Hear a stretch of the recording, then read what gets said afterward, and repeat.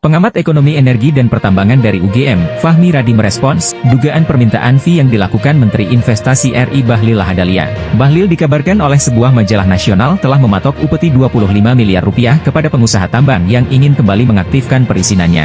Kata Fahmi, jika memang terbukti maka tindakan Bahlil tersebut akan menyuburkan pertambangan ilegal.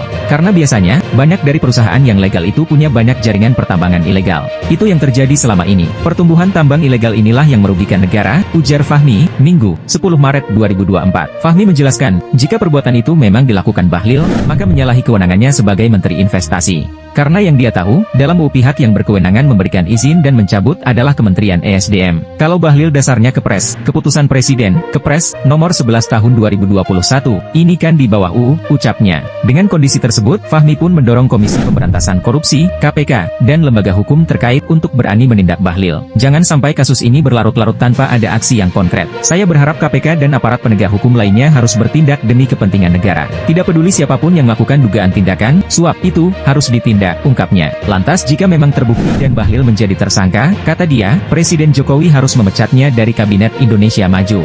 Hal ini juga berkaca pada kasus dugaan korupsi yang menjerat Menteri Sosial Juliari Batubara dan Menteri Pertanian Syahrul Yassin Limpo.